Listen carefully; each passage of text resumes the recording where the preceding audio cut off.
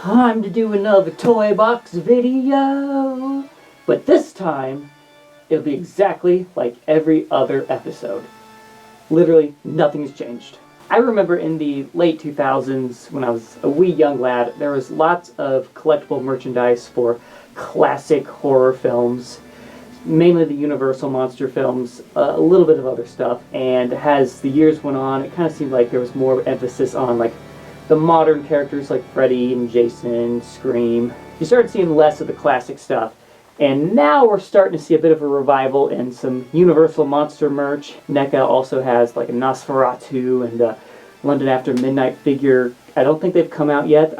They're on my radar. I'm looking out for those two. But yeah, back in the early 2000s, I'll say late 90s, early 2000s, there's a lot more options. But even then, it was mostly Universal.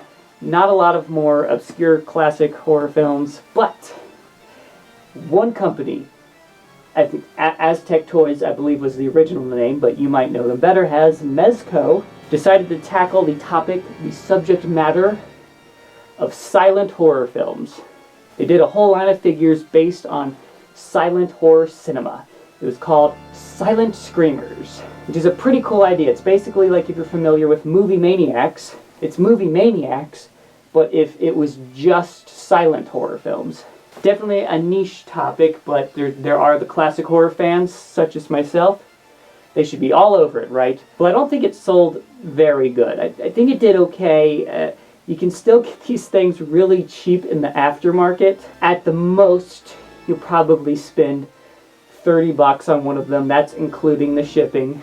I think the only one that's going to be really expensive, there's a box set figure. Yeah, most of them not very expensive, so I don't think there's a lot of love for them, and I think the big reason for that is because these are not screen-accurate figures. I mentioned them a little bit in my review of the McFarlane Monsters Hunchback.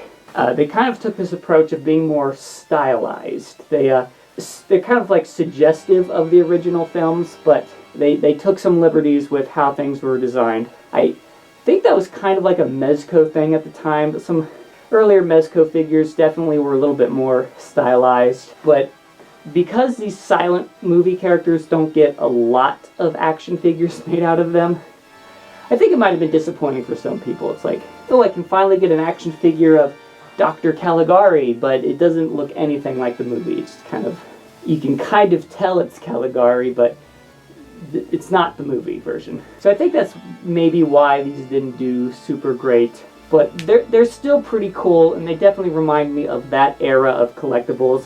I just think of walking into a Suncoast video and looking at all the action figures on the wall, you know. But we're getting on a bit of a tangent. I wanted to show you one of these Silent Screamer figures today. I recently purchased one. Got it up there. It is the Dr. Jekyll and Mr. Hyde figure, based on the 1920 adaptation of the Robert Louis Stevenson novel. I'm not the biggest fan of that book. I've read it a few times. It's a little slow, but the movie adaptations I get really into, including this 1921. I'm a little rusty on my facts. I'm pretty sure it stars John Barrymore as Jekyll and Hyde, and he does a fantastic job. It never ceases to amaze me in a silent film how a good actor can just bring so much to a performance. Like Lon Chaney, some of you might be familiar with, played the Phantom of the Opera. That is top-tier acting performance right there in terms of what you can do in silent cinema, but John Barrymore has Jekyll and Hyde pretty close. Probably one reason I decided to get this figure, because you can pretty much get anyone you want on eBay for a good price.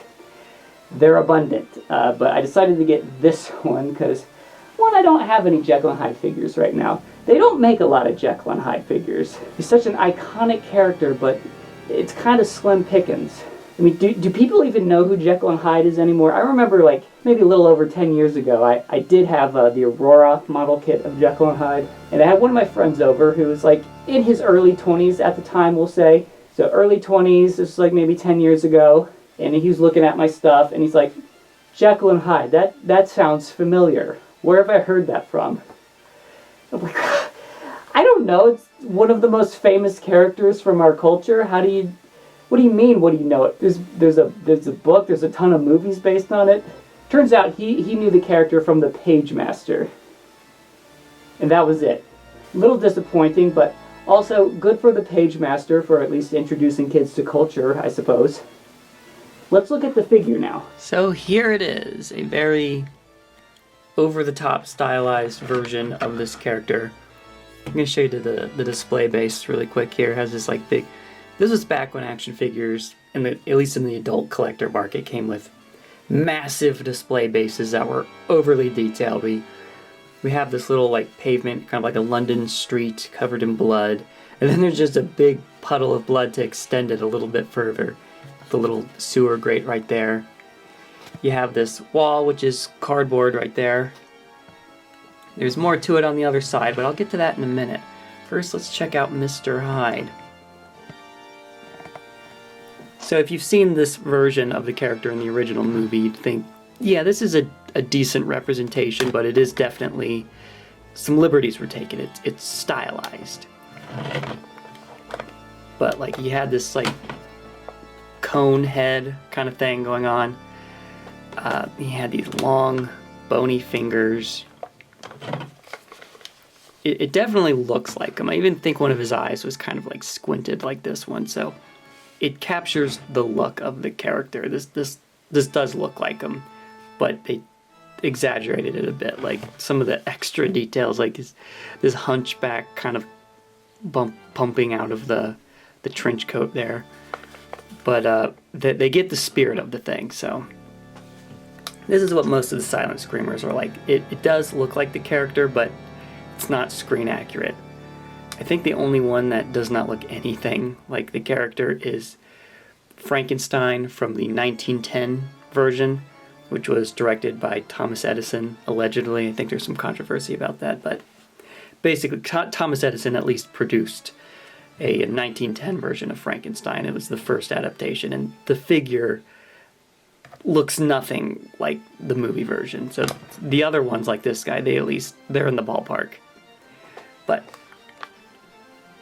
one thing that's really cool about this is that, you know, this is Jekyll and Hyde. So see, we got Mr. Hyde here, but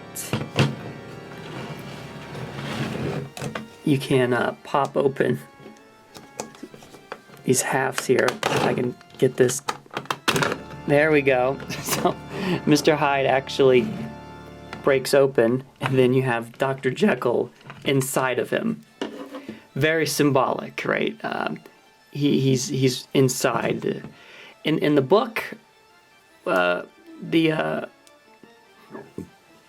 original book, Mr. Hyde, I'm pretty sure is described as being a little smaller than Dr. Jekyll. Like when he turns into Hyde, he shrinks a bit because the evil side is not as strong in Dr. Jekyll. So Mr. Hyde's a little smaller.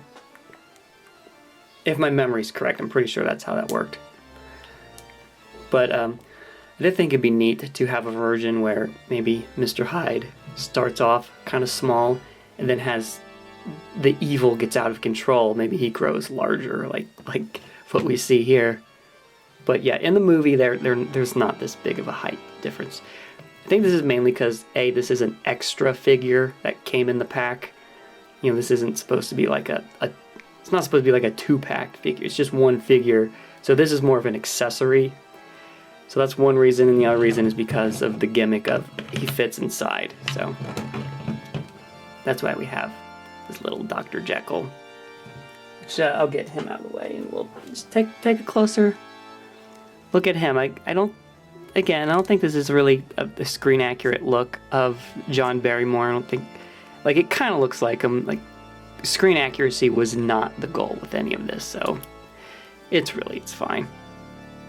He's pretty articulated for a figure of this time. I mean, nowadays they have like a million ball joints and pivots and things, but this one, like, see, the legs don't move, the waist does. Okay, well, but I was expecting the arms to just be like this, but they also have this.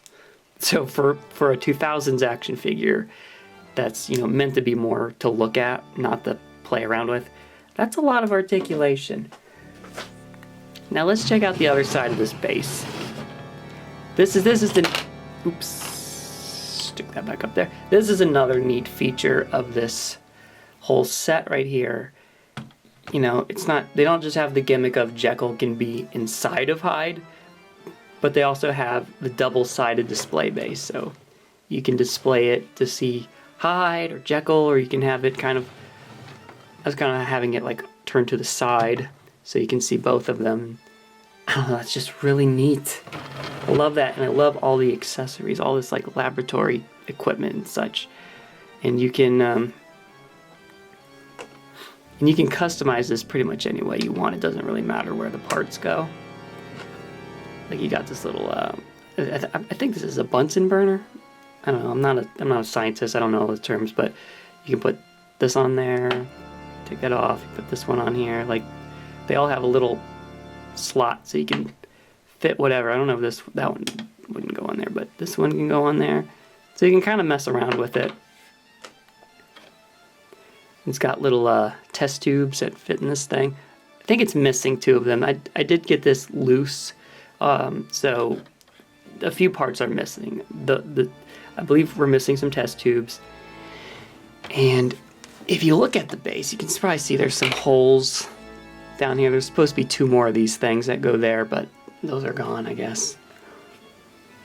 But it's not very noticeable. I know I said you can pretty much have your pick with these things on eBay. This one was a little harder to find. I think they did 2 series. Series 1 is a little easier to find. This is from Series 2 though. So maybe that's why. But either way, it's fine. They got most of the parts. And he comes with a hypodermic needle. Doesn't quite want to stay in his hand. I don't know if there's trying to... I guess if you have the patience and you really just want to display it that way, that's supposed to stick in his hand like that, I think. I don't know if I'm doing it wrong or something or whatever. I don't know. You could probably stick it in that. This hand just looks like it was sculpted to have a hypodermic needle in it, but I guess you're supposed to use this one.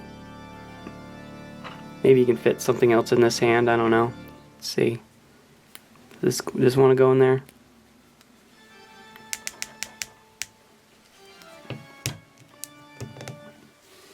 Okay, there we go. Kind of have them looking up at a little beaker. So that's pretty much all there is to this. I just think this is a really cool line. Maybe I'll get more of these things eventually, because I do mainly focus on classic horror. You know, like I love my Freddys and Jasons, but the classic stuff like this is really my main bread and butter. The only reason I wouldn't get more, because I mean they're not expensive, but they just take up so much space. Like look at the size of this base. They're all like this. He also comes with little books. I don't know if that's going to focus. Probably not. There you go. Evolution by Robert Louis Stevenson. So I don't know if Stevenson wrote a book called Evolution or anything like that, but you know, that is the author of Dr. Jekyll and Mr. Hyde. So that was my Jekyll and Hyde Silent Scrimmers figure. I hope you enjoyed me showing it off. I feel like I rambled a lot in this episode. I can't make any promises about not doing that again in the future. Anyway, next week will probably be the last Toy Box video for a while. Then I'm going to start production on Hair-Raising Flicks, which you can look forward to probably in July. I'll have 1 Hair-Raising Flicks per month, July through October. I'm hungry.